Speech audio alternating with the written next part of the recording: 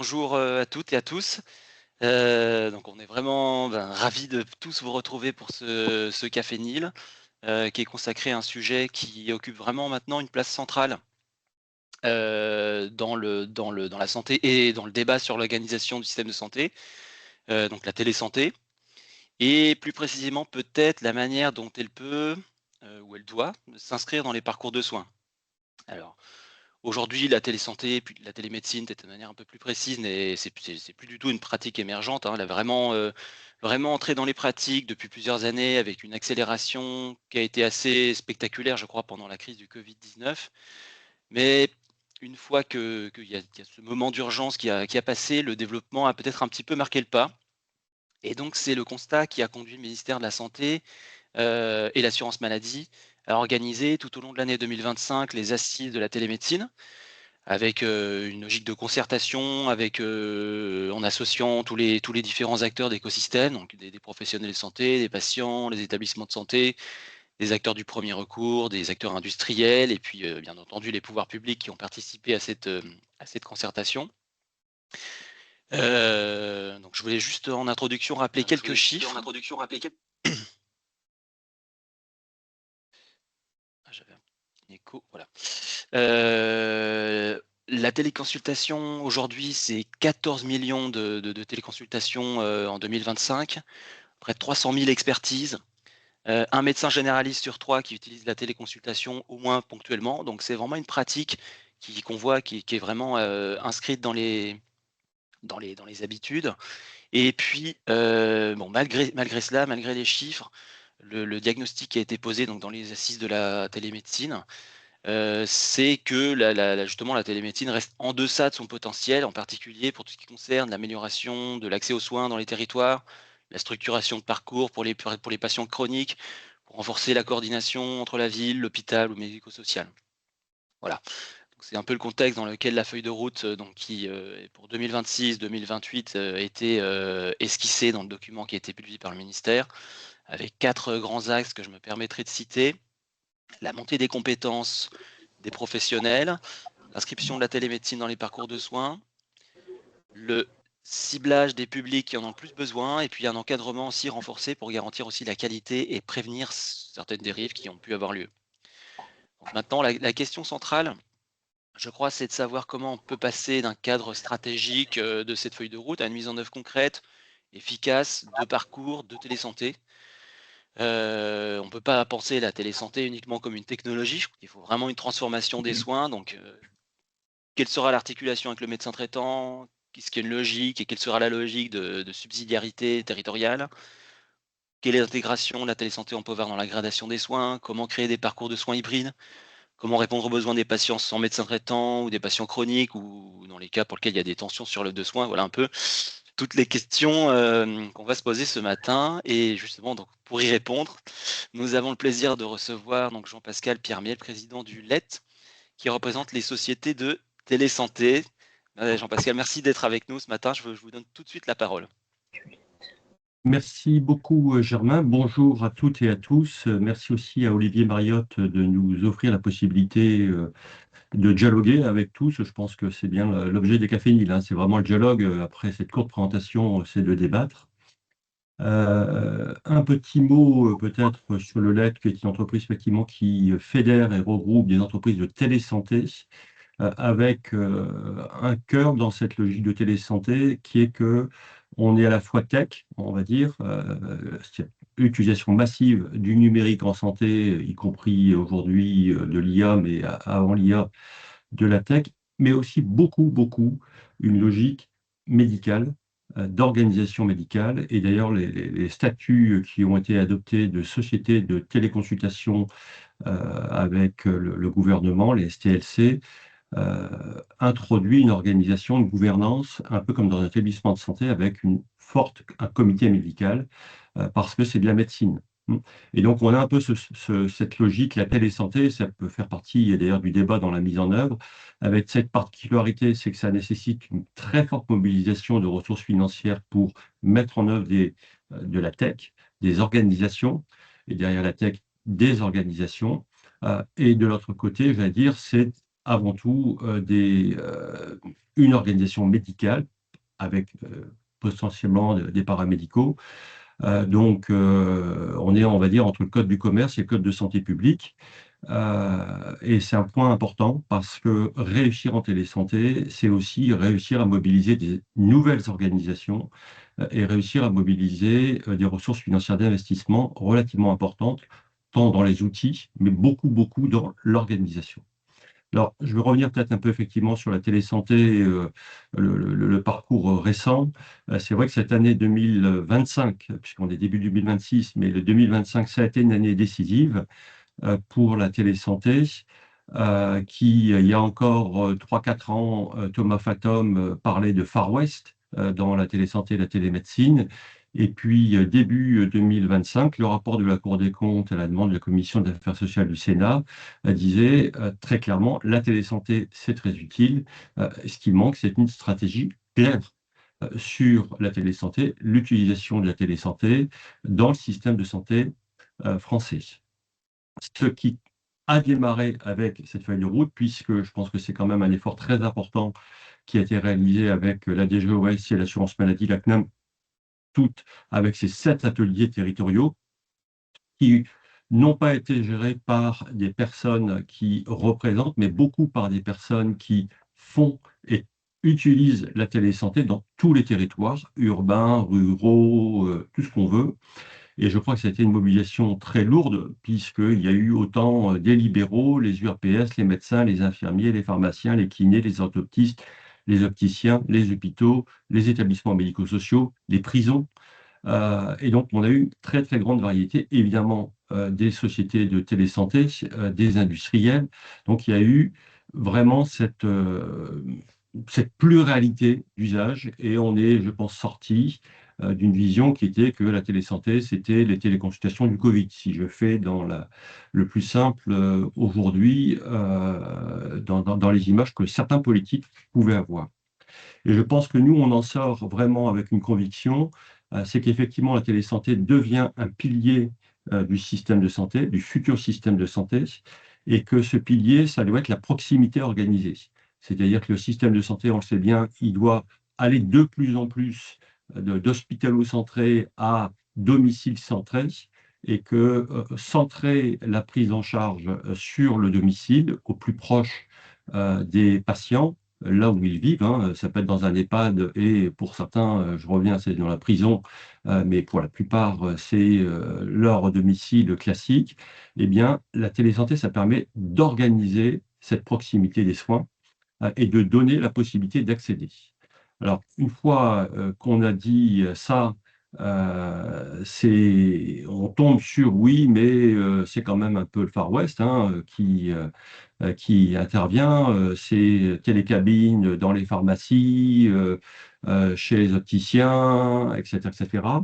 Et c'est là qu'on a besoin, tous, aujourd'hui, puisque toutes les expérimentations, en tout cas la plupart, a démontré, et les travaux scientifiques qui ont été faits, le lettre, on a essayé aussi de publier dans des revues scientifiques de ce point de vue, c'est qu'il y a une vraie valence, un service médical rendu qui est fort quand c'est bien organisé, que ce soit en téléexpertise, en télésurveillance, en téléconsultation, mais qu'aujourd'hui, c'est le manque d'organisation. Et je vais essayer d'utiliser une image. Je pense que pour organiser la télésanté, c'est un peu comme dans le rugby. C'est-à-dire qu'au début du rugby, pour organiser cette proximité organisée, au début du rugby, il y avait la balle et puis c'était les lignes, tout ça, c'était pas bien organisé. Tout le monde allait vers la balle en premier. Alors qu'au rugby, maintenant, il y a 3 lignes. Et ces 3 lignes, je pense que c'est l'esprit de la télésanté qui est de dire la première ligne, c'est le présentiel. C'est le présentiel au plus proche des patients. Ça, c'est clair, c'est le médecin traitant. Pour la plupart des patients, c'est d'abord et avant tout le médecin traitant, avec éventuellement les difficultés d'accès ou de délai qu'il peut y avoir. Puis, c'est l'accès en présentiel chez les spécialistes. bien évidemment, qui sont souvent beaucoup plus loin, parce que regroupés autour des gros plateaux techniques dans les métropoles ou les pôles, là où les établissements de santé se sont réorganisés, que ce soit public ou privé. Donc, on a une première ligne qui est le présentiel, qui restera le pilier du système de santé, il n'y a pas de doute. Mais ce pilier du système de santé va être entouré, entre guillemets, où derrière, il va y avoir deux lignes. Une première ligne de télésanté avec des professionnels du territoire, parce que quand on peut, il y a dans un territoire des professionnels de santé qui peuvent s'organiser par parcours pour répondre et amener du temps, que ce soit en téléexpertise, en téléconsultation et ou en télésurveillance. Et puis, une troisième ligne qui est des professionnels qui amènent du temps et qui ne sont pas forcément dans le territoire, hors territoire.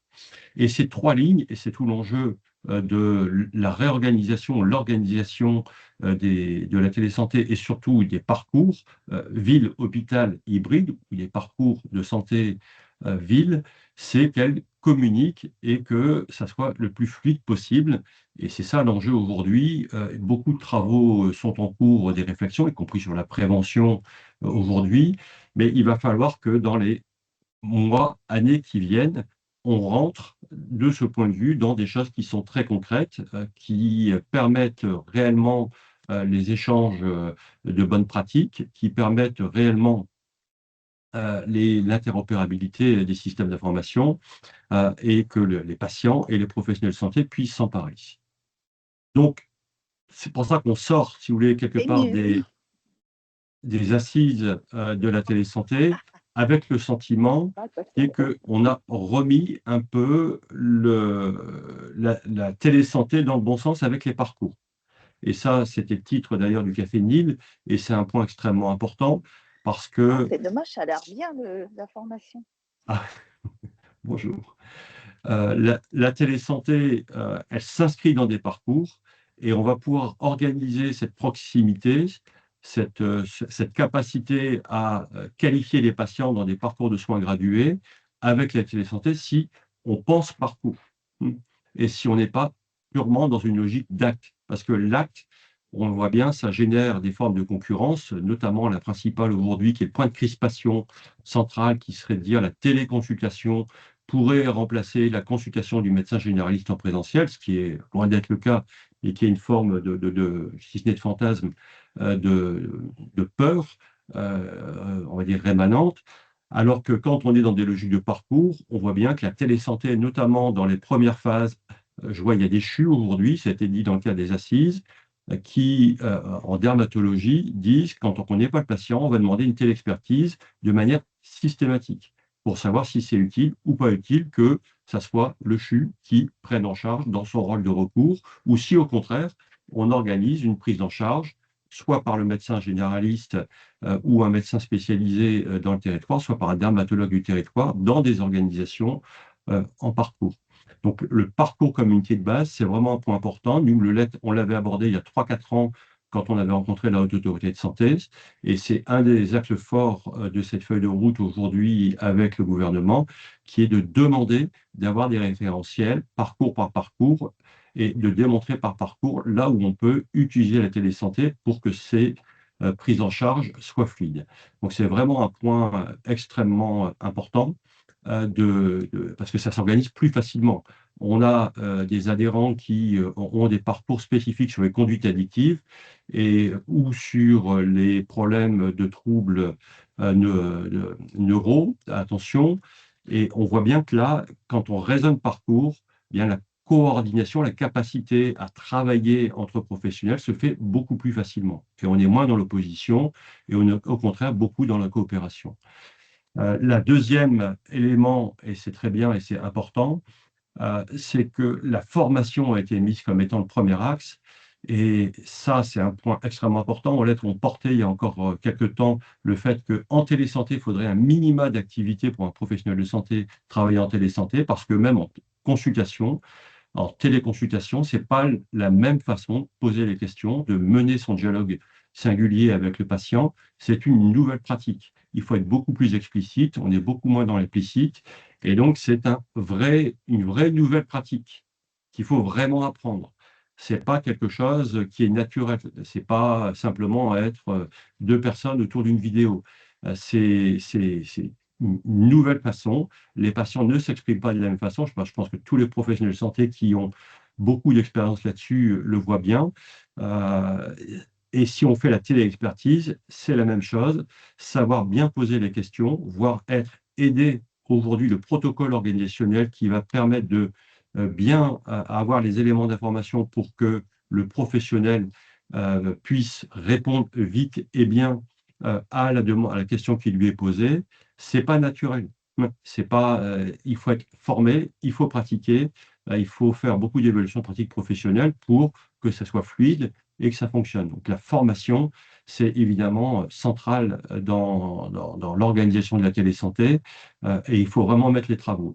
Et puis, je pense on l'a redit et on le redit, la territorialité, ce que nous, on appelle la proximité organisée, c'est un point essentiel.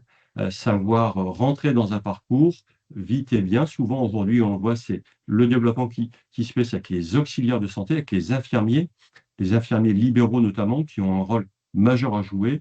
Je pense que lors de les assises, ce qui a été démontré, c'est que la téléconsultation assistée, c'est très peu de volume en France aujourd'hui.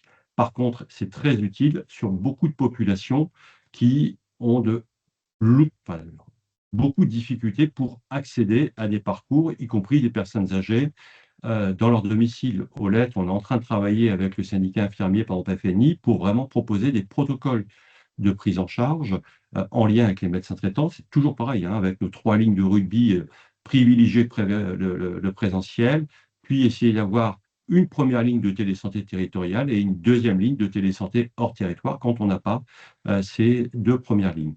Donc ces 3 éléments, on remet le système dans le bon sens, d'une certaine manière, coopérons et mettons en place des organisations avec des parcours comme guide central, parce que ça permet de ramener des bonnes pratiques et de voir la nature des protocoles organisationnels et la nature des outils qu'il s'agit de mettre ensemble, de la formation, qui est évidemment un élément extrêmement important euh, quand on met des médecins à distance avec des établissements médico-sociaux, c'est pas la tech qui est important et on le voit dès le départ, c'est vraiment travailler ensemble à distance ou avec des médecins dans des EHPAD pour faire de la télécoordination ou de la prise en charge des patients dans les EHPAD. Bien, ils discutent entre guillemets des patients et ils discutent de la façon dont on peut prendre en charge au mieux ces patients avec des professionnels à distance travaillant en équipe. Et c'est souvent au cœur une nouvelle façon de pratiquer. Et donc, on a formation qualité, c'est certes de la formation initiale, mais aujourd'hui, beaucoup de formations continues qui font qu'on arrive à coopérer, à travailler ensemble. Et puis, 3, ayons une mise en place autour de la territorialité, de la télésanté avec ces 3 lignes qui rentrent dans les territoires avec les SAS, les MSP, etc., par parcours.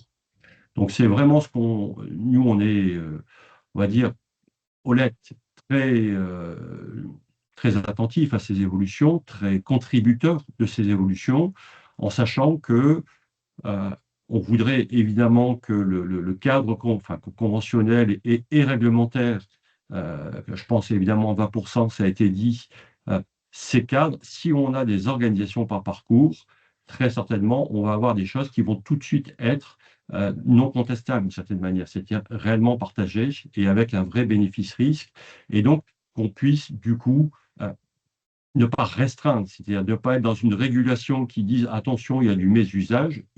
La télésanté, ça n'est que du mésusage ou des risques de mésusage, mais au contraire de lever progressivement les limites réglementaires qui font que la télésanté ne peut pas se développer facilement.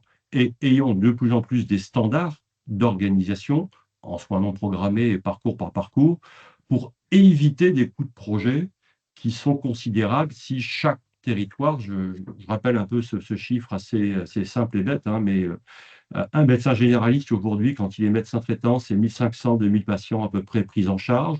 Il y a souvent 25-30% de pathologies chroniques en ALD.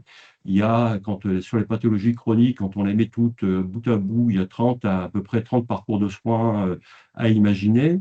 Donc, on voit la complexité, c'est-à-dire que si dans chaque territoire, pour tous les médecins traitants, et pour chaque parcours, il faut mettre en place une réflexion et pas utiliser des standards, on ne va pas y arriver.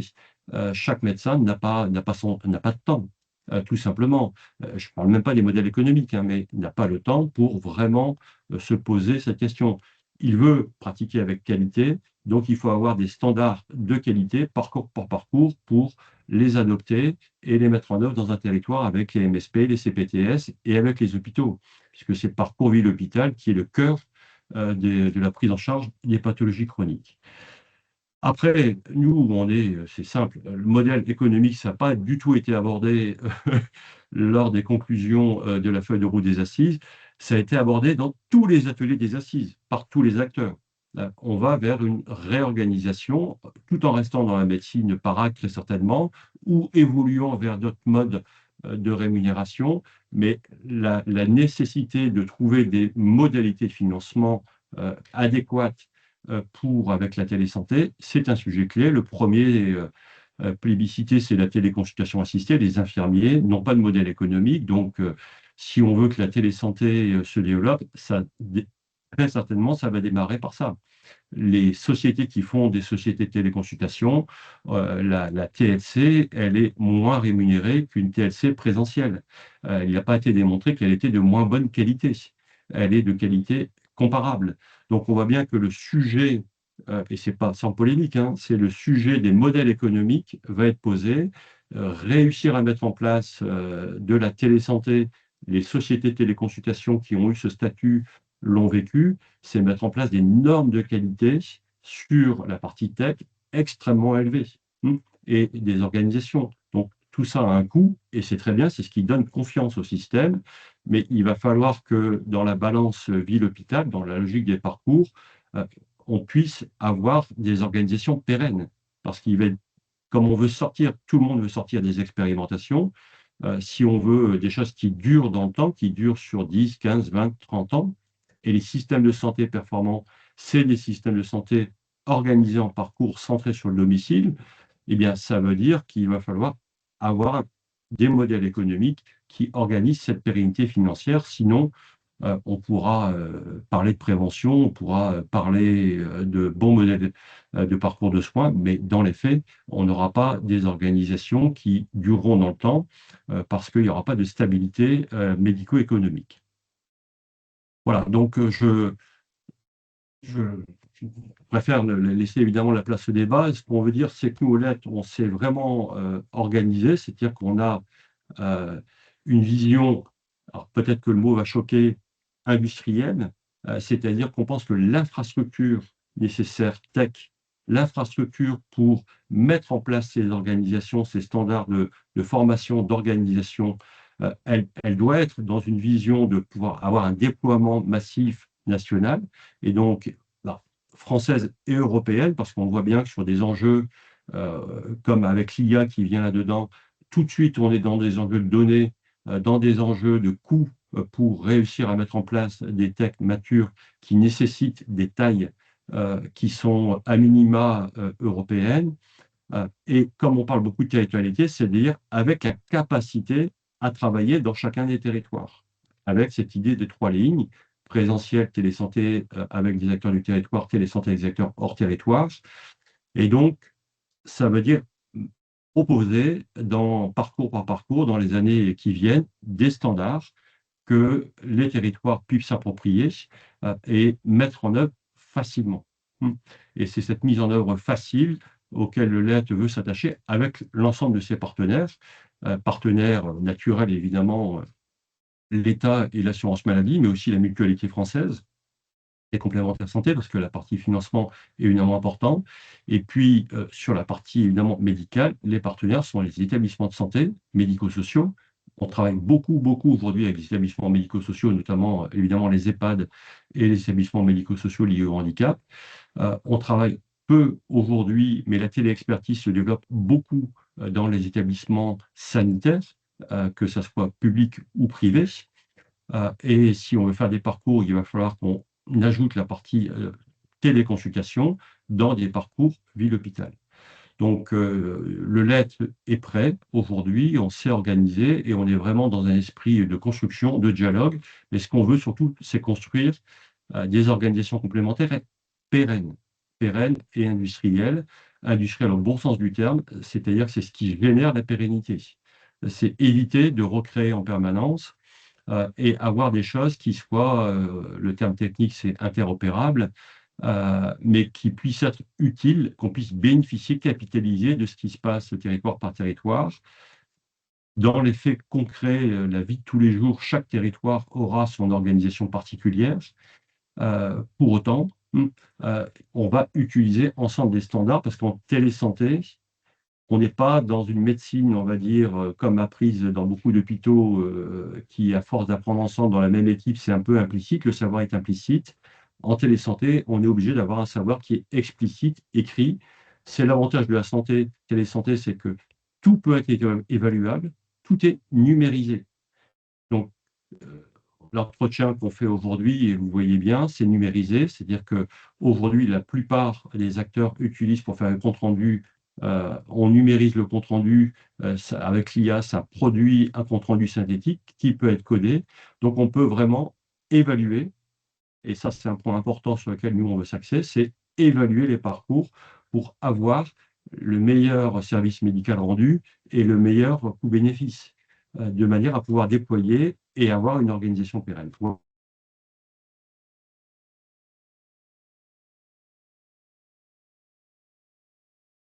On sait que 2 ans, c'est très court, mais qu'on voit bien, il y a une logique politique très claire derrière, qui est avec la présidentielle. Il y a besoin d'avoir une nouvelle organisation de la santé dans laquelle la télésanté sera un pilier, on va dire, à partir de très certainement 2027.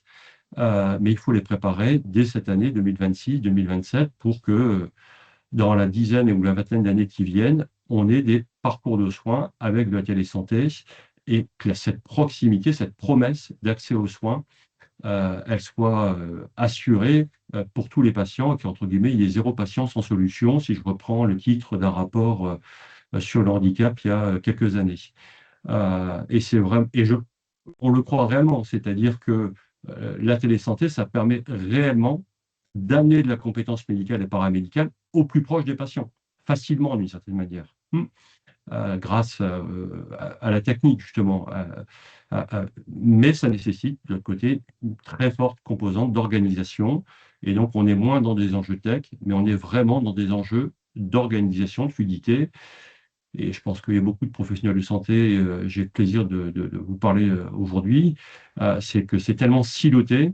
Eh bien, la télésanté, c'est ça aujourd'hui, c'est qu'on se prend toute la logique de silotage devant nous, et qu'il faut désiloter, tout comme on se prend, entre guillemets, l'évolution des métiers, et que de plus en plus, un infirmier, et c'est encore plus vrai chez les médecins, ne travaille plus.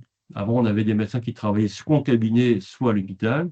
Ben, aujourd'hui, on a des médecins qui travaillent à mi-temps à l'hôpital, et puis une journée en télésanté, puis une journée pour faire un exercice particulier. Pareil dans des cabinets de ville.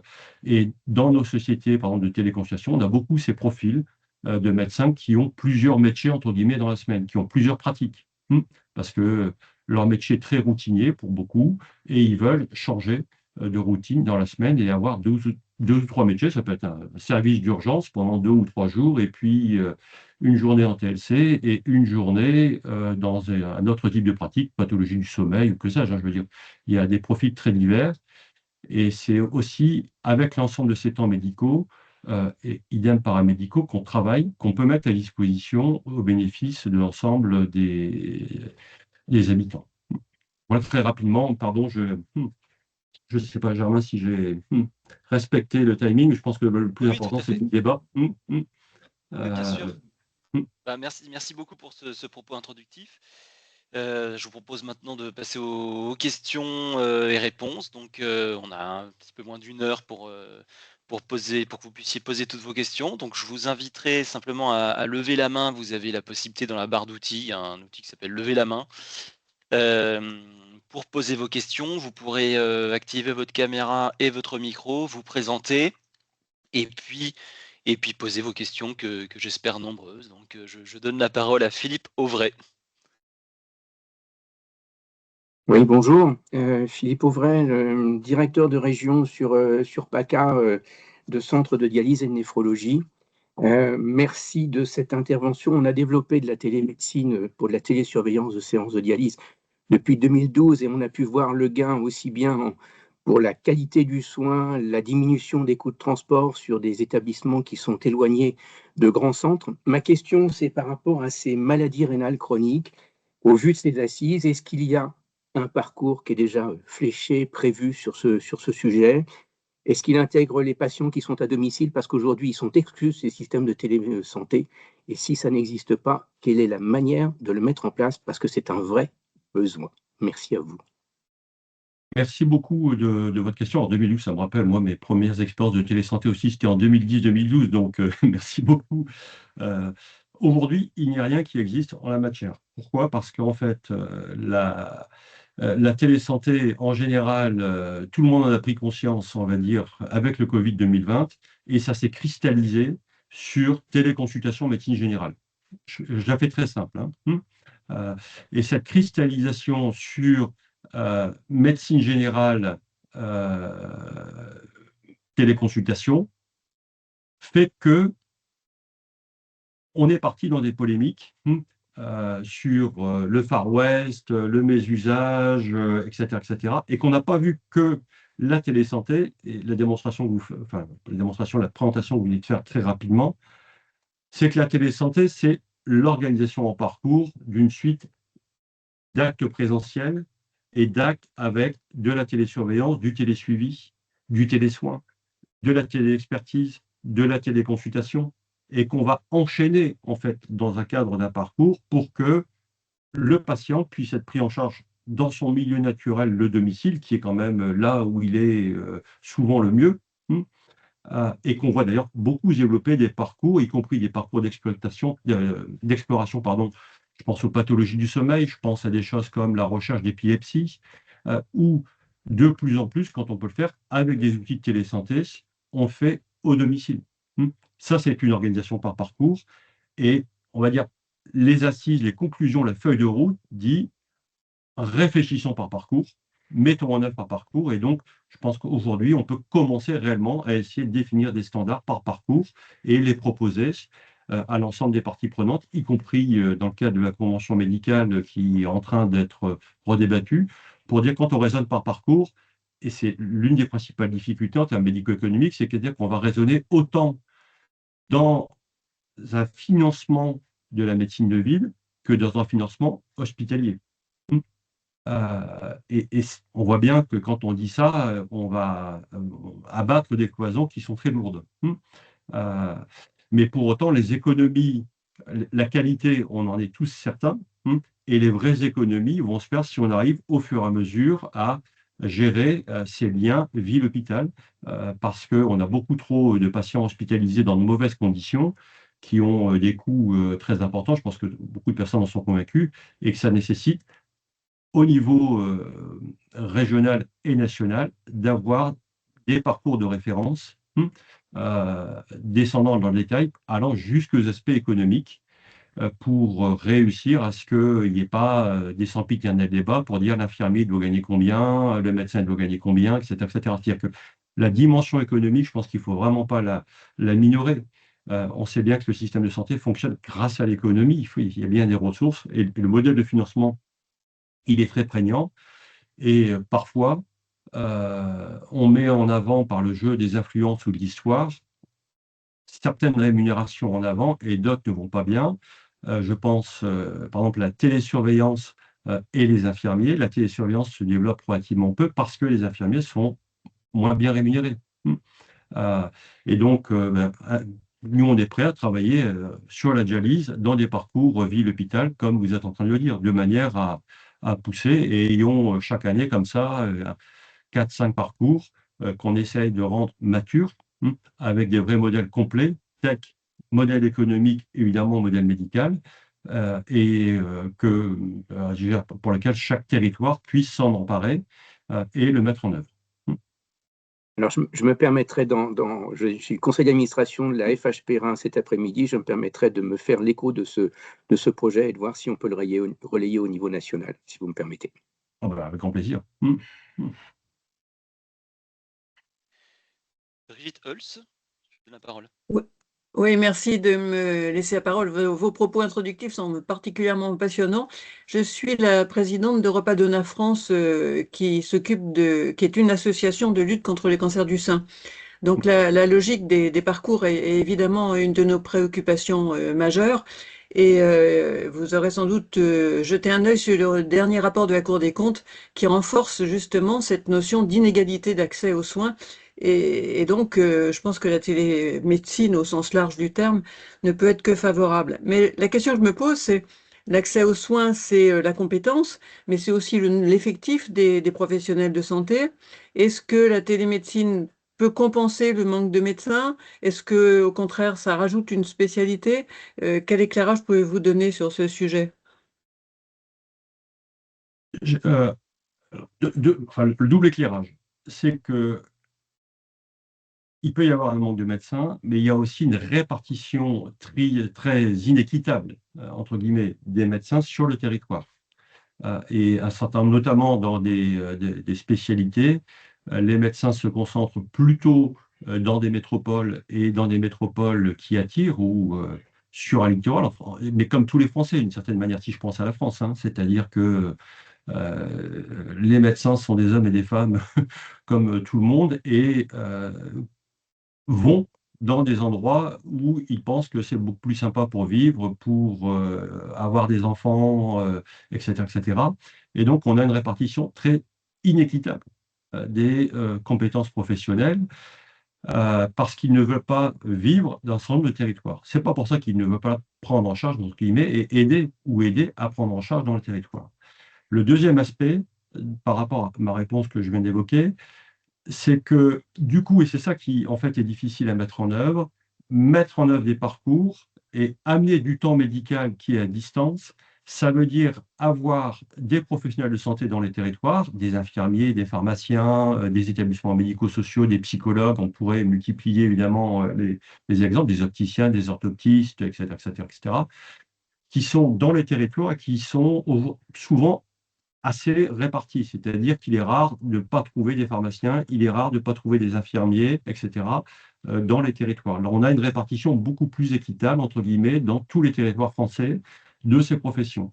Donc, il faut travailler en équipe. Un parcours, c'est travailler en équipe. Et en fait, c'est la tech, entre guillemets, enfin, les parcours de télésanté, ça aide à travailler en équipe. C'est l'outil. On peut amener des organisations des préconisations d'organisation pour mieux travailler en équipe, mais il faut avoir cette volonté de travailler en équipe. Et l'oncologie aussi est un très beau thème. On voit bien qu'on peut faire des chimiothérapies au domicile. Il y a des services d'HAD qui le font. Le suivi des patients qui font des chimiothérapies peut très bien se faire avec la télésurveillance qui, du coup, va nécessiter peut-être des téléexpertises, à tout le moins des téléconsultations, parce que si on détecte que ce patient ne va pas bien, entre guillemets, où on a un point rouge qui s'allume sur un parcours, il faut pouvoir faire intervenir peut-être des compétences médicales à distance, mais aussi réussir à revenir dans le territoire avec des compétences dans les territoires. Donc, cette capacité à mobiliser les ressources à distance et en proximité, c'est-à-dire en équipe, c'est ça qu'il faut réussir à mettre en place et mobiliser pour avoir des standards d'organisation pour lesquels chaque territoire puisse s'en emparer et le mettre en œuvre facilement et pas, entre guillemets, je veux dire, recréer le monde, c'est-à-dire refaire des travaux qui, du coup, démotivent beaucoup de personnes. Ludovic Jam. Oui, bonjour. Tout d'abord, merci pour votre intervention qui est très précise et très instructive. Alors moi, je suis infirmier dans un GRAD, c'est un groupement régional d'appui au développement de la e-santé, hein. Il y en a un par région, donc moi je suis en Normandie. Donc on met à disposition de nos adhérents, donc c'est un peu toutes les structures de la Normandie, donc des outils pour faire de la téléconsultation, téléexpertise, mais surtout des outils pour faire des e-parcours. Donc notamment, pourquoi pas de la dialyse, comme ça a été évoqué tout à l'heure, ou de la plaie, enfin, on fait pas mal de choses. Mais en fait, la difficulté, et c'est un petit peu redondant avec ce qui a été dit jusqu'à maintenant, c'est les financements. Puisque finalement, aujourd'hui, nous, on a des contacts avec nos adhérents qui souhaitent monter des projets, où on va vers eux pour les accompagner. Mais à chaque fois, on arrive à la fin du projet et il faut, contrairement à un acte one-shot, on va dire, hein, de la téléconsultation, de la téléexpertise, pour faire un parcours, il faut de la coordination. Ça, c'est vraiment très gourmand en temps humain, en professionnel, hein, parce qu'effectivement, il n'y en a pas beaucoup. Mais surtout, finalement, à date, il n'y a aucun modèle économique pour la coordination. Et effectivement, vous avez rappelé la synthèse des assises de la télémédecine. À aucun moment, il est évoqué un modèle économique ou que finalement que l'aspect financier, la télémédecine pouvait poser un problème. Donc, est-ce que vous pensez que ça va finir quand même par être dans les axes de travail? Parce que, effectivement, sans financiarisation de la coordination, bah, il pourra pas y avoir des parcours. Alors, j'apprécie beaucoup que le GRADE,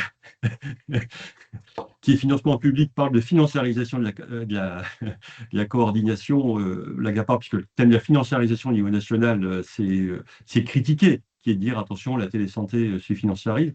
Là où vous avez, je pense, parfaitement raison, c'est qu'il va falloir modifier les modèles économiques. Et notamment, si je prends, aujourd'hui, on a à peu près, alors je ne sais pas le chiffre exact, mais ça va être à peu près 2500 maisons de santé pluridisciplinaires qui sont sur un statut juridique des CISA. Et une CISA, par exemple, aujourd'hui, permet de facturer, ce qui n'était pas le cas au départ, c'était une logique de moyens, permet de facturer, voire d'embaucher, et surtout de re-répartir. Et moi, je crois qu'il va falloir que, soit via des CISA ou soit via des formes à créer, mais c'est-à-dire qu'il va pouvoir,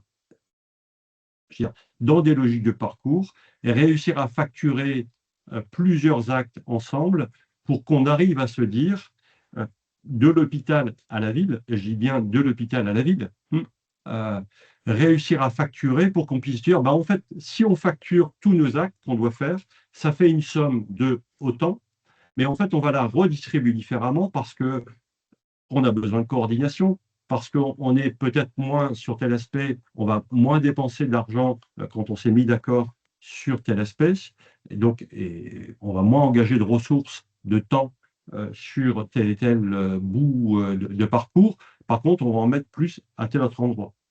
Et donc, cette répartition des ressources dans un parcours, c'est l'élément clé en fait en termes de modèle financier. C'est-à-dire qu'en fait aujourd'hui, on n'a pas, il y a eu beaucoup de rapports chargés produits qui en ont parlé, mais aujourd'hui on n'a pas avancé. Mais il est clair que si on veut enclencher une logique de parcours, et pas uniquement, parce qu'en fait ce qui fait peur dans les parcours pour beaucoup de professionnels de santé, c'est qu'on nous dit parcours égale capitation. Et donc, tout le système de santé, notamment de médecine de ville, est fondé sur les actes. Et quand on dit parcours égale capitation, ça fait peur à tout le monde et très peu veulent s'engager parce qu'évidemment, ils n'ont pas envie de déstabiliser leur modèle économique. Et donc, il va falloir trouver un modèle économique de transition sur plusieurs années pour réussir à mettre en œuvre ces parcours. Parce que, comme vous l'avez dit très justement, ce n'est pas les outils qui manquent, ce n'est pas les volontés qui manquent. En termes juridiques, on peut en parler. On a peut-être quelques manques. On va dire, on peut trouver des CISA comme on avait un manque, les sociétés de téléconsultation, ça n'existait pas. On utilisait les centres de santé, ce n'était pas adéquat. On en est sorti, on a créé des nouvelles formes juridiques. Il y a peut-être besoin de mettre en place des nouvelles formes juridiques pour gérer des parcours. Mais il est clair que la bonne répartition des revenus des professionnels de santé selon les formes par parcours, c'est un enjeu clé. C'est l'enjeu clé, à mon avis, si on veut vraiment que la télésanté se débloque.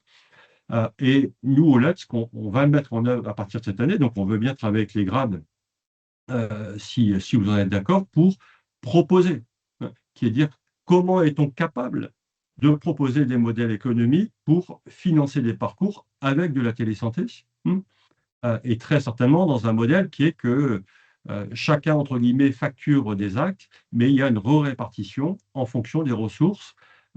Et il faudra trouver des formes de garantie pour que les professionnels qui s'engagent dans ces processus ne perdent pas d'argent. Oui, bah, justement, il y avait un exemple un peu, on va pas dire parfait, c'est un peu exagéré, parce qu'en fait, finalement, le contournement pour ces financements, bah, c'est l'article 51. Par exemple, il y en a un qui a été utilisé en Occitanie, qui s'appelle Domoplay, hein, qu'on utilise aussi nous en Normandie, qui s'est déployé aussi en Nouvelle-Aquitaine. Et le modèle, c'est un modèle de forfait où tout a été bien pensé, c'est-à-dire qu'il y a une partie du financement pour la coordination, une partie pour la coordination entre les médecins et les infirmières, une partie pour le système informatique, pour la maintenance, pour tout en fait. Donc c'est un forfait global, donc qui prend bien sûr en charge tout le parcours, y compris les actes et y compris la technique, y compris, en fait tout est bien pensé, parce qu'effectivement un parcours c'est pas uniquement un entretien avec le médecin et son patient ou l'auxiliaire médical et son patient. Il y a tout un tas de choses qui viennent faire que cet acte existe. Donc bien sûr qu'il y a l'aspect industriel, mais il y a aussi l'aspect de traçabilité, de suivi. Tout ça, ça doit être pris en compte et c'est important. Alors, je connais bien Domoplay, notamment le médecin qui gère Domoplay.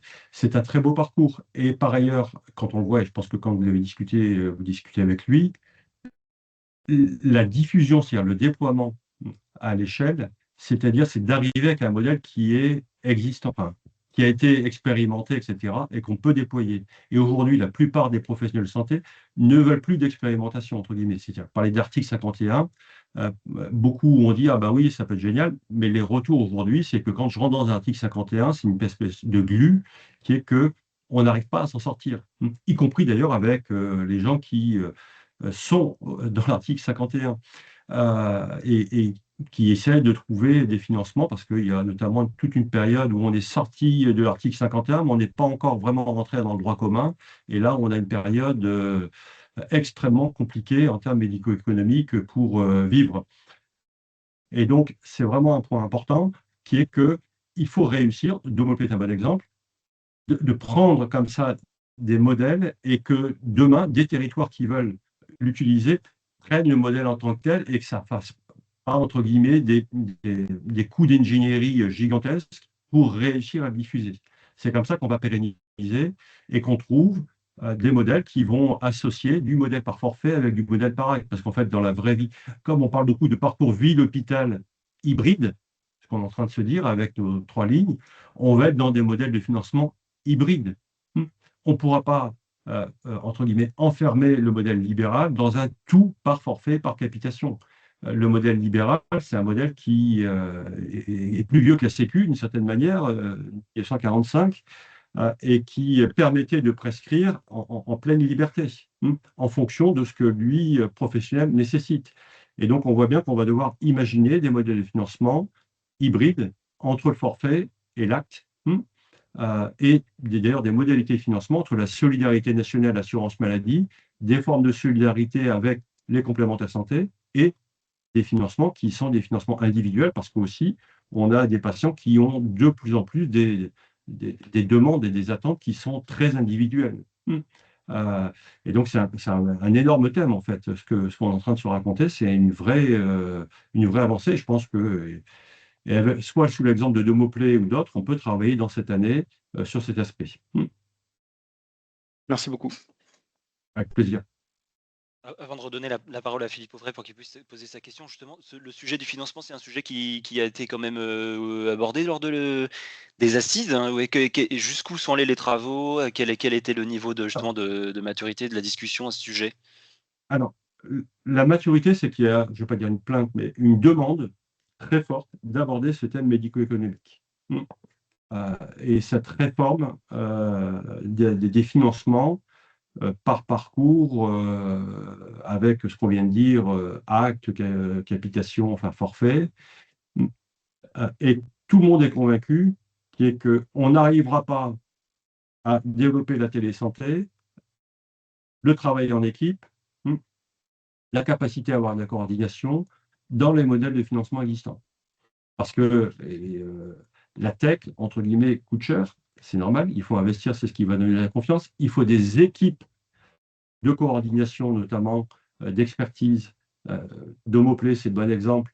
Dans Domoplay, il y a toujours des infirmiers qui vont aider les autres infirmiers à prendre en charge des patients au domicile, pour leur redonner les guidelines et les bonnes pratiques. Ça veut dire que ça nécessite du temps infirmier pour aider. Donc, ça a été abordé partout, qui est de dire le système actuel ne va pas, il faut le remettre sur l'ouvrage, entre guillemets, pour proposer des solutions. Et nous, c'est vraiment un point sur lequel on veut travailler dès cette année, puisqu'aujourd'hui, si vous voulez, quelque part, on est sorti de la vision, le service médical rendu de la télésanté. On était encore, il y a quelque temps, mes usages, la télésanté, c'est des choses qui ne vont pas. Aujourd'hui, c'est l'avantage des assises, la télésanté, c'est de très grande qualité. Au contraire, ça peut aider à l'accès aux soins largement. C'est de qualité comparable au présentiel. Et on est en train de le dire, on doit s'organiser dans des parcours hybrides, c'est-à-dire ville-hôpital, pour prendre en charge. Par contre, aujourd'hui, les modèles économiques ne sont pas posés. Et c'est ça qu'il faut réussir à poser. Parce que si on ne pose pas le modèle économique, on va à la fois pas avoir le protocole organisationnel, la bonne référence, alors avec un peu d'espoir, avec les travaux de la Haute Autorité de Santé, etc., on va commencer à les avoir. Mais on sait bien qu'après, un système fonctionne, tourne et pérenne s'il y a un modèle économique et juridique qui font que c'est simple à organiser. Moi, j'utilise toujours une expression, que ce soit dans les hôpitaux ou en médecine de ville, avec les professionnels de santé, avec les médecins, les infirmiers, etc. J'appelle ça la méthode tchac-tchac, c'est-à-dire qu'un médecin, un professionnel de santé, s'empare d'une évolution de pratique si, entre guillemets, après une période de formation évidemment initiale, ça va vite et bien. Si on veut que ça... Si une fois sur 4, ce qu'on met en œuvre, c'est compliqué, la personne, à la limite, revient sur une organisation beaucoup plus frustre, mais qui est fiable. Donc, la fiabilité de l'organisation, la fiabilité de ce que... Si j'ai des défauts de 1% ou 1 pour 1000, ça va. Mais si à chaque fois c'est compliqué, que je dois me déconnecter, me reconnecter, que je ne sais pas quand est-ce que je vais être payé, et ainsi de suite, tous ces petits détails dans la pratique font que des professionnels de santé disent, alors on va toujours trouver les 5%, 10% qui sont prêts à passer leur week-end. Il y a des infirmiers comme ça, libéraux, qui promeut la télésanté et la téléconsultation assistée, passe beaucoup de temps là-dessus, mais on va en trouver une très faible minorité. Ça ne va pas être le volume. Alors, si on veut passer à l'échelle, il faut des modèles simples, fiables. La fiabilité, c'est vraiment le point clé aujourd'hui pour que les gens s'en emparent. Sinon, on ne va pas s'en emparer et on va avoir que des fanas de l'expérimentation perpétuelle. Donc, c'est un vrai chantier devant nous, ce qu'on est en train de dire, les modèles médico-économiques, sans forcément dépenser plus, parce que tout le monde est convaincu qu'en global, la télésanté, ça fait gagner, ça aujourd'hui. Ça amène plus de qualité et en global, ça diminue les dépenses. Mais réussir à mettre en place ça, c'est vraiment réussir à mettre en place des systèmes juridiques et des systèmes de facturation qui permettent d'atteindre ces bénéfices en termes de qualité médicale et en termes économiques. Oui, merci. On voit que la feuille de route, finalement, elle pose des jalons qui sont vraiment structurants, mais que c'est vraiment juste le début du Exactement. chemin. Philippe Auvray, je vous redonne la parole pour que vous puissiez poser votre question. Oui, c'est gentil, c'est plus un commentaire. Alors, je vous rejoins tout à fait sur la pérennité du système, parce qu'aujourd'hui, par exemple, quand on n'a pas des systèmes qui sont fiables, typiquement, la télésanté, elle se transforme en appel téléphonique et c'est pas viable vis-à-vis de ça. Pour revenir à ce que vous disiez, le précédent intervenant disait par rapport au sujet des articles 51, je mets au défi quiconque de mettre en place un système d'article 51 qui soit rapide sur ce sujet. Nous, on l'avait fait sur les Alpes de Haute-Provence, où tout le monde était OK avec le support de l'ARS, je tiens à signaler, du GRADES, pour faire un dépistage et faire travailler tout le monde ensemble sur le télédiagnostic des patients sur la maladie rénale et le diabète, ça a été un échec. Ça a été un échec parce que ça n'a pas été compris. Alors, je pense qu'avec la crise Covid qui est passée derrière, qui est avec nous a aidé à développer tous ces outils de télévisio, etc., etc., et nous aide, mais aujourd'hui, c'est quand même compliqué. Donc, je crois qu'il faut véritablement qu'on arrive à avoir des parcours fiables. Et si on a cette fenêtre de tir aujourd'hui, il ne faut pas rentrer de nouveau dans des expérimentations d'article 51 qui vont être compliquées, qui sont chronophages et complexes, et qu'il faut effectivement arriver à définir différents parcours avec les bons acteurs. Et j'espère qu'on va pouvoir avancer. S'il y a cette ouverture et cette fenêtre de tir, il faut en profiter parce qu'effectivement, ce que nous avons démontré à notre modeste niveau, rien que sur le suivi en dialyse, on avait été suivi par l'ARS PACA à l'époque, et en un an, on a remboursé la subvention en diminuant les transports des patients en dialyse. Donc, il y a un gain incommensurable par rapport à ce sujet, et j'espère qu'avec cette feuille de route qui est définie et aujourd'hui cette ouverture sur la télésanté, on va pouvoir avancer. Je l'espère vraiment. Il y a des vrais enjeux et des vrais besoins. Justement, sur cette notion de priorisation des parcours, est-ce qu'il y a aujourd'hui des parcours qui sont plus matures que d'autres pour avoir un déploiement rapide de la santé sur la maladie chronique, de la dialyse en sortie d'hospitalisation ou sur des soins non programmés, par exemple? Et alors, je vais répondre à deux niveaux. Les volumes aujourd'hui, c'est le soin non programmé. Hum, Classique. Mais du coup, soin non programmé, on est dans une forme de polémique qui est de dire il y a beaucoup de soins non programmés, enfin polémique ou chiffrés, hein, qui est que c'est des gens qui veulent trop consommer de la médecine, côté polémique, et ils ne supportent plus d'attendre et ils vont en télésanté. Donc sur les soins non programmés, il y a des volumes, c'est 80% des volumes de téléconsultation, c'est les soins non programmés, et c'est très certainement vraiment un premier parcours à réussir, on va dire, à normaliser pour avoir les bons protocoles de graduation et de lien, on va dire ville-ville, mais enfin télésanté et santé, parce que c'est beaucoup centré sur la médecine générale et les médecins traitants. Après, pour moi, je trouve que dans les parcours, c'est là qu'il pourrait y avoir une politique territoriale. C'est-à-dire qu'on pourrait très bien se dire, en termes de stratégie de santé, dans telle région, alors sur des tailles à voir, hein, parce que le territoire en santé, ça n'existe pas, vous le savez, dès lors qu'on essaie de...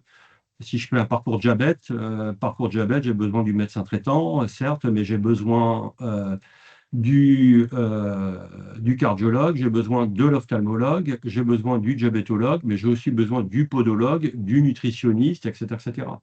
Et réussir un parcours, c'est réussir à coordonner l'ensemble de ces personnes, et ces personnes ne travaillent pas sur le même territoire.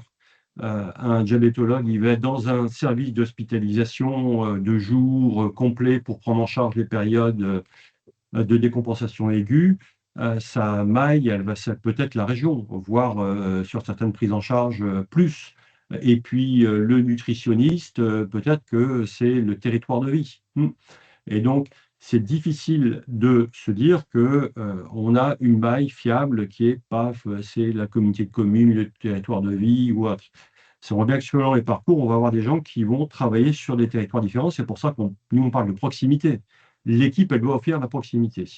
Mais ce qu'on peut avoir peut-être au niveau d'une région, puisqu'on est structuré en région ou par département, mais sur cette volumétrie à peu près, quoi, de 100 000, 150 000 habitants, qui est grosso modo des tailles de GHT aujourd'hui, à peu près, on a 125, 135 GHT. Parce que la France, aujourd'hui, on a 135 GHT, on a peut-être 200 de l'équivalent en privé, sur la partie hospitalisation, et on a 2500 MSP qui sont dans les territoires de vie. C'est ça les vraies forces, entre guillemets, dans lesquelles on doit s'insérer dans les territoires. Et donc, à la taille de GHT ou autre, peut-être qu'il faudrait mettre en œuvre, dans le cadre d'un projet médical territorial, le fait qu'on puisse se dire, OK, avec l'appui des grades, avec l'appui des industriels, des entreprises de télésanté, dans tel territoire, pendant 2 ou 3 ans, on essaye vraiment de développer tel type de parcours de manière, entre guillemets, industrielle. C'est-à-dire, parce que ça correspond à des priorités fortes, locales. Il y a de la maturité, il y a multiples facteurs qui font que on met en œuvre. Et puis, pendant 2 ou 3 ans, c'est 4 ou 5 parcours, et ainsi de suite. Il y aura une montée en compétences. Et au bout de 10 ou 15 ans, la mutation qui est en cours, ce n'est pas une mutation qui va se faire sur un plan. C'est une mutation qui va se faire sur 15 ou 20 ans. On ne s'organise pas en parcours d'un claquement de doigts, ou d'un règlement, ou d'un décret. C'est une vraie nouvelle façon de s'organiser et de pratiquer. Et donc, ça va nécessiter beaucoup de temps pour le faire. Et c'est pour ça que je pense qu'il faut redonner une forme de la main au territoire pour définir leurs priorités de santé publique. Parce qu'à ce moment-là, on peut, y compris, rentrer dans des modalités de financement qui dire on va pouvoir associer collectivités territoriales, le collège des financeurs, c'est déjà fait un peu dans le médico-social, pour se dire, OK, si je fais gagner en médico-social sur la dépendance, je gagne autant parce que je mets en place tel type de parcours. Ben, le bénéfice entre les budgets médecine de ville, sanitaire, médico-sociaux, dépendance, ben, sur 5 ans ou 6 ans, je vois des balances qui nous intéressent et j'arrive à créer de la coopération entre ces différentes financeurs et ou administrations. Vous voyez ce que je veux dire? Donc, je pense que je ne crois pas du tout à un plan national qui est de dire année 1, tel parcours, mais je pense que ça doit respecter des cahiers des charges pour aller vraiment, pas uniquement dans les références, on va dire, scientifiques, vraiment dans des modèles économiques qui soient transposables, pour éviter les mésusages, clairement, ou éviter les effets d'aubaine, etc., etc.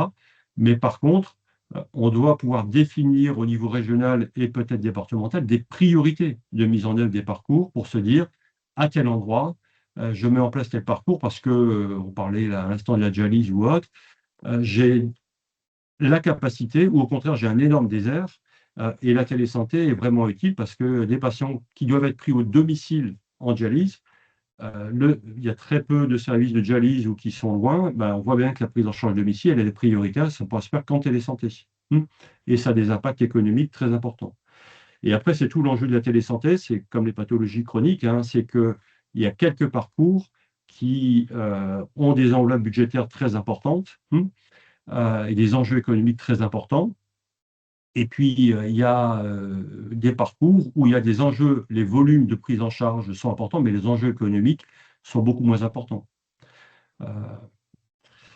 Voilà. Après, c'est une proposition, c'est vraiment du débat là. Nous, on avait commencé à chiffrer le soin non programmé, si je prends celui-là, avec le SAS. Si on s'intègre dans les SAS et qu'on évite des passages aux urgences, la Cour des comptes l'a chiffré, c'est plusieurs centaines de millions, quasiment 1 milliard, à économiser chaque année. Parce qu'il y a X%, après c'est les travaux qui doivent le démontrer, mais ce n'est pas 1%, c'est 10-20% de passages aux urgences qui peuvent être évités s'il y a ce type de prise en charge en télésanté organisée, rapide. Donc on sait qu'on peut gagner de l'argent, mais gagner de l'argent, ça veut dire dépenser plus à un endroit et très certainement moins à un autre. Donc c'est de la redistribution. Et donc, quand on voit la redistribution en santé, ça veut dire qu'il y a une gouvernance qui s'y met pour réussir. Or, le financement de la médecine de ville versus le financement de l'hôpital sont très séparés aujourd'hui, sauf au niveau du Parlement. Donc, on revient bien au problème des modèles économiques, c'est-à-dire que cette réforme, non pas des financements, mais de la capacité à redistribuer s'il y a des parcours importants, elle est devant nous et elle est hyper importante, sinon il n'y aura pas de développement. Justement, au niveau de la feuille de route, comment a été pensée l'articulation entre ces chantiers qui ont été vraiment structurants sur l'organisation des soins et l'accès aux soins, tout le SAS, les CPTS, il y a eu des annonces aussi qui ont été faites sur les maisons France Santé, etc. Comment l'ensemble de ces acteurs ont été associés?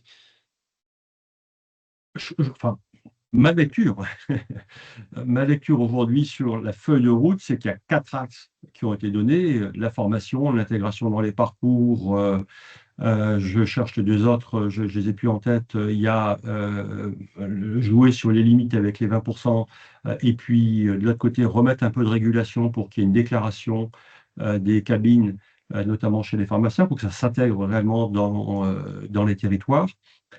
Je pense qu'aujourd'hui, ça a été posé et les travaux doivent démarrer d'une certaine manière. Les travaux doivent démarrer, mais c'est pour ça que nous, lettre, on appelait ça un comité de filière.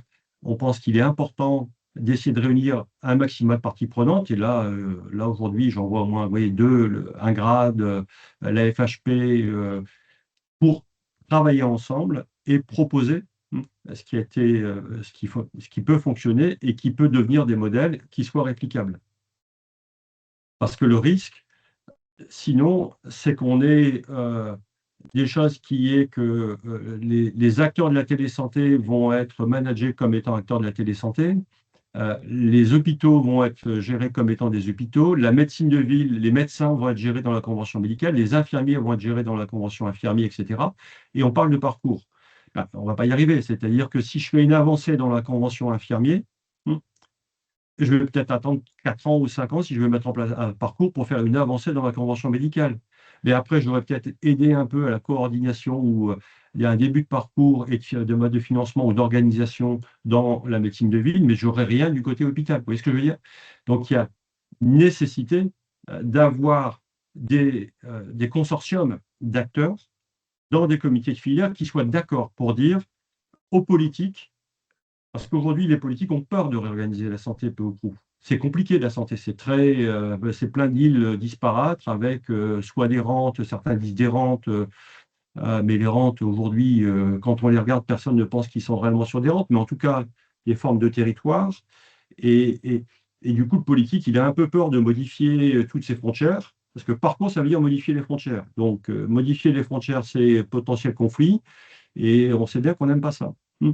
Donc, ça veut dire que la seule méthode, en fait, pour moi, c'est de réussir à ce qu'il y ait des acteurs de ces différents groupes qui soient d'accord pour constituer des consortiums et filières et amener des modèles un peu complets pour qu'après, entre guillemets, le politique puisse dire, bon, bah, OK, je reprends ça et je vais le faire diffuser dans mes instruments, la convention médicale, les lois hospitalières, etc., pour réussir à la mise en œuvre. Mais si on n'arrive pas avec quelque chose je ne vais pas dire de complet, mais de fort, en consortium, dans une vraie logique de filière, on risque que le système nous rééclate et qu'en fait, on mette, au lieu de mettre 10 ans ou 15 ans, on mette 30 ans. Parce que cette révolution, elle aura lieu, et ça ne sera pas des acteurs, on va dire, français ou européens, ce sera peut-être d'autres acteurs qui le feront, parce que la tech, entre guillemets, vous avez bien vu, l'IA, les progrès et autres, ça va à une vitesse folle. Hier, j'étais avec des spécialistes du sommeil. Les spécialistes du sommeil, historiquement, il y avait des explorations, mais aujourd'hui, ils disent, on ne l'a pas encore mis en œuvre, mais on voit que c'est possible. Rien qu'on demande à un patient, il lit un texte, avec l'IA, on peut déjà avoir un pré-diagnostic sur le sommeil. On n'a même plus besoin de questionnaire. Aujourd'hui, on continue à faire des questionnaires, mais techniquement, on peut. Alors, si vous avez, et vous avez bien vu que les investissements colossaux qu'il y a sur l'IA, ça veut dire que Anthropic et autres, je ne parle même pas des moteurs de recherche, souhaitent évidemment trouver des débouchés industriels à ça, et que la santé, le premier truc qu'on utilise quand ça ne va pas bien en santé, c'est chacun prend son ordinateur et de plus en plus l'IA pour commencer à dialoguer. Ça peut d'ailleurs, quand c'est bien fait, être très utile. Ça peut aider à préparer des entretiens vers des professionnels de santé. Mais là, il y a des investissements qui sont colossaux. Si nous, on ne met pas en place cette logique de consortium, ensemble, avec des acteurs, je vois passer le petit message qui est, il n'y a pas un organisateur central. Je pense que c'est à égalité, qui est de dire des gens du public, des gens du privé sont d'accord pour se réunir et proposer et pousser qui n'est pas que dans leur intérêt, mais qui a un intérêt un peu commun pour avancer. C'est ça le sujet dans les parcours. Et là, je pense que les politiques s'empareront des sujets si on met en place ce type de forme de consortium.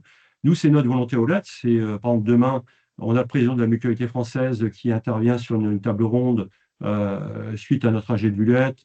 On a des présidents de syndicats médicaux. On travaille avec des syndicats infirmiers. On veut bien travailler évidemment avec les grades et les ailleurs pour présenter. Il y a l'Association française de chirurgie ambulatoire qui nous a demandé de créer des ateliers, c'est-à-dire pour faire des parcours vie d'hôpital en chirurgie ambulatoire. C'est-à-dire qu'il faut arriver avec des choses, des modèles dont les acteurs puissent s'en emparer facilement. Et ça se fera avec les gens qui pratiquent pour proposer à des politiques, pour que ça redescende dans les outils qui sont les vies de convention médicale ou autre, parce qu'on n'aura jamais le grand soir du système de santé où on va tout remettre à plat. Ça, j'y crois absolument pas, ou alors dans 30 ans. Dominique Zamponi, je vous laisse vous présenter puis poser votre question. Oui, bonjour. Merci beaucoup pour tous ces échanges et que je partage effectivement cette vision que ça va venir plutôt du terrain que des politiques pour améliorer les choses. Alors moi, donc, je suis médecin dans un dispositif d'appui à la coordination en Corse. Donc ma problématique, on va dire, une de mes problématiques actuelles, c'est l'accès à l'expertise psychiatrique pour des patients à domicile. Donc, avec des patients évidemment qui ne souhaitent pas forcément bouger ou ne peuvent pas forcément bouger ou sont très loin des centres, on va dire spécialisés. Et donc, on a un petit peu le projet d'essayer de faciliter cet accès à l'expertise via la télésanté. Et du coup, j'aurais aimé savoir s'il existait déjà des expérimentations dans ce domaine-là, s'il y avait déjà, à votre connaissance, des choses qui s'étaient faites, ou est-ce que voilà, on sera le premier territoire à essayer de monter quelque chose dans ce domaine. Merci beaucoup. Alors, merci beaucoup de votre question qui est très claire.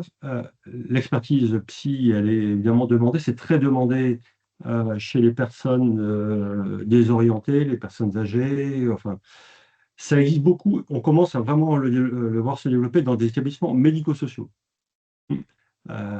Et ça, c'est, on pourra après, je ne veux pas faire je suis pas là pour donner des noms, hein, mais il y a des entreprises de télésanté qui ont aujourd'hui mis en place avec des établissements médico-sociaux cette expertise psychiatrique qui vont permettre de travailler en équipe et faire qu'il y ait des plans de soins réellement gérés dans ces établissements médico-sociaux pour ces patients.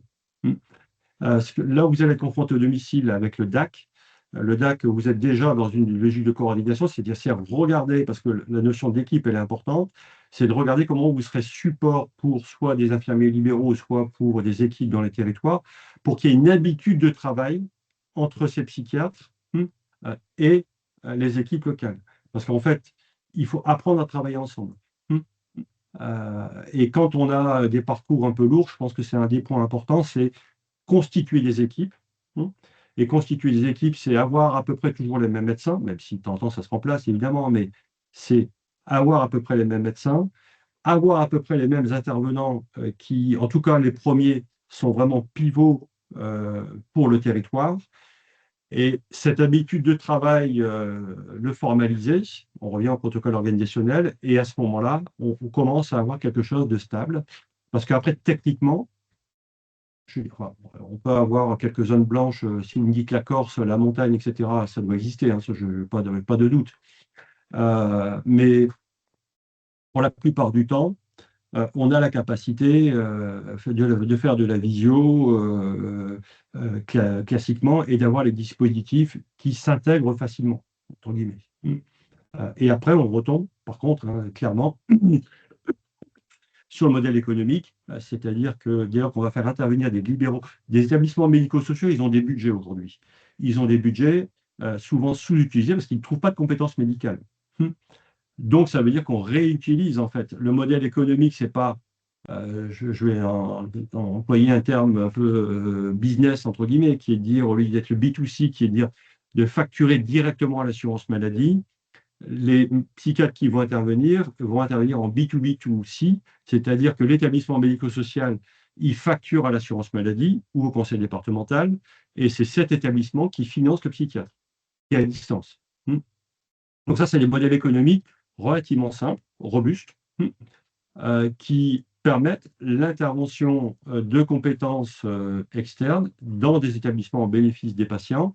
Peut-être qu'avec le DAC, ça peut se faire comme ça, qui est de regarder comment l'intervention des infirmiers et l'intervention des psychiatres peut être fait pour que, auprès de l'assurance maladie, parce que si on rentre dans un modèle qui est que c'est ce qui ne fonctionne pas dans les parcours, c'est le paiement au coup par coup, si vous voulez, quelque part, qui est de dire la logique d'une TLC ponctuelle facturée directement par une société de téléconsultation de l'assurance maladie, ben, il ne va pas y avoir d'habitude de travail, il ne va pas y avoir de partage, et donc ça peut aider. On est dans le premier niveau de télésanté, qui est que quand ça ne va vraiment pas, c'est un secours, mais ça n'aide pas à organiser les parcours. Alors, ce que vous voulez, c'est que ça aide à organiser les parcours. Et donc, à un moment aujourd'hui, il faut se trouver une structure pivot qui aide à associer cette équipe distancielle présentielle et qui aide à stabiliser les financements. Ça peut être peut-être le DAX, je ne sais pas. Ça peut être la MSP. Mais on a besoin d'une structure pivot qui, voilà, d'une certaine manière, on se dit, ben, l'équipe présentielle, distancielle, elle est là, et on arrive, grâce à ça, à stabiliser le mode de financement. Sinon, ben, on est des bouts de pointillés où on est dans l'intervention ponctuelle. Mais l'intervention ponctuelle, il n'y a pas de changement de pratique. Donc, ça sauve, entre guillemets, mais ça ne permet pas de prendre en charge. Or, d'après ce que je comprends, les pathologies chroniques, c'est quand même dans la durée que ça se traite et ce n'est pas uniquement du ponctuel qu'il faut faire. Et merci beaucoup. Vous avez encore la possibilité de poser des questions. Il nous reste 10 minutes, donc n'hésitez pas à lever la main pour poser des questions. Moi, j'avais une question peut-être plus de perspective. Comme on arrive à la dernière partie du Café Nil, la feuille de route, elle est sur une période qui est assez courte, même si on voit que justement, il y a des parcours qui vont construire sur plusieurs années, sur 2026 et 2028. Est-ce que, et puis elle donne une orientation, mais sans répondre à toutes les questions qui sont posées. Quels sont les arbitrages politiques qui pourraient être pris d'ici 2027, avant l'élection présidentielle, pour améliorer, aller plus loin encore dans le déploiement de la feuille de route et puis dans le déploiement de la télésanté? Moi, je ne crois pas d'ici 2027 à ce qui est un acte. Regardez le débat sur les soins palliatifs ou autres, c'est la fragmentation du monde politique est telle que aujourd'hui, on ne va pas réussir d'ici 2 ans à poser un acte fort sur la santé, en termes de loi ou de l'équivalent.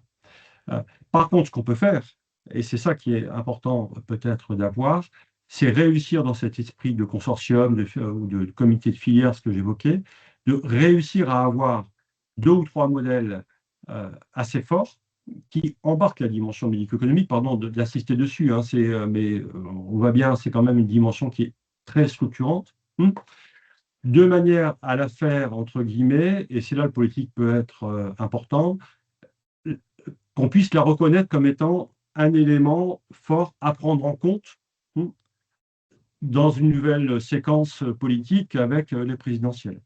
Et donc, je pense que dans la feuille de route, dans l'idéal, c'est dire, on voit bien qu'il y a une maturité sur quelques parcours dans laquelle on peut démarrer tout de suite assez rapidement dans quelque chose qui soit scalable et pas quelque chose qui soit de l'expérimentation.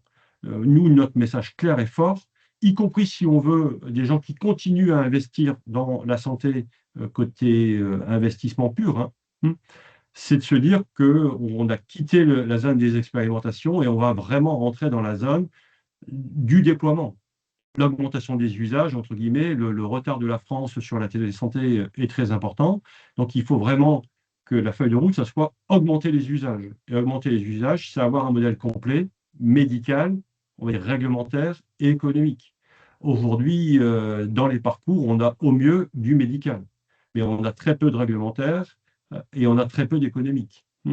Donc, mon espoir, c'est que d'ici 2 ans, sur quelques parcours, dans quelques territoires, avec peut-être les caféniles aura bien permis cet aspect-là de prise de contact pour dire, OK, on monte des consortiums et on arrive à proposer et on fait valider dans un travail par des politiques, pour qu'on ait une forme de transpartisan qui est de dire c'est des modèles, c'est pas un modèle de droite, c'est pas un modèle de gauche, c'est un modèle utile, utile à tout le monde, parce que l'accès aux soins, il est dans tous les territoires. Et j'aurais tendance presque à dire, c'est dans les territoires où on se sent le plus démuni qu'on peut aller chercher les extrêmes. Et donc, tous les territoires ont besoin. Et vous voyez, quand on parle de déserts médicaux, avant, on avait l'impression la campagne versus la ville. Mais aujourd'hui, prenez Paris ou région parisienne, c'est un désert médical en médecins traitants, parce que le coût de l'immobilier est tellement important que les médecins traitants n'arrivent plus à s'installer, versus, vous pouvez vous dire, il y a une surdensité en termes de spécialistes et d'hôpitaux. Tout est relatif. Mais du coup, vous n'avez pas de médecin traitant. C'est compliqué.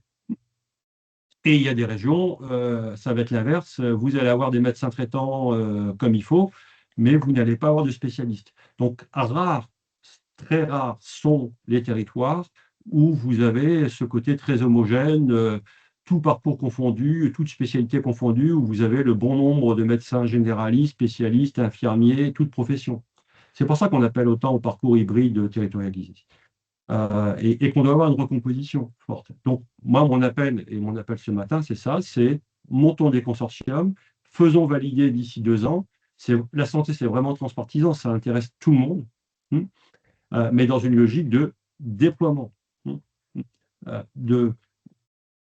On n'est plus au stade des expérimentations. Je veux dire, tout le monde, votre café le redémontre ce matin. Je pense que bon nombre d'acteurs sont convaincus, certains depuis 2012. On a mis en œuvre, on sait que ça fonctionne, et on dit il faudrait du courage politique, mais je pense qu'il n'y a aucun politique aujourd'hui qui va se dire j'ai le courage d'affronter tous mes territoires santé différents pour essayer d'imposer, parce que qui serait-il, entre guillemets, pour imposer une solution? Il faut que ça vienne en consortium pour dire, regardez, il y a quand même des gens qui devraient opposer, qui devraient se taper dessus, qui sont capables d'arriver avec des modèles qui sont scalables, qu'on peut diffuser. Et c'est ça qu'il faut faire. Si on ne fait pas ça, on va continuer à diviser. Le monde de la santé, c'est le monde libéral, c'est les années 20, la sécurité sociale, c'est 1945, les lois hospitalières, c'est 1958. Vous voyez, je ne sais pas, moi, je suis un vieux hospitalier. La chirurgie ambulatoire, ça a démarré en 95. Aujourd'hui, on est à peine à 65% en France. Tout est dans des périodes extrêmement longues. Et l'organisation de la santé fait qu'on est divisé. Si chaque profession va chercher son bout de demande.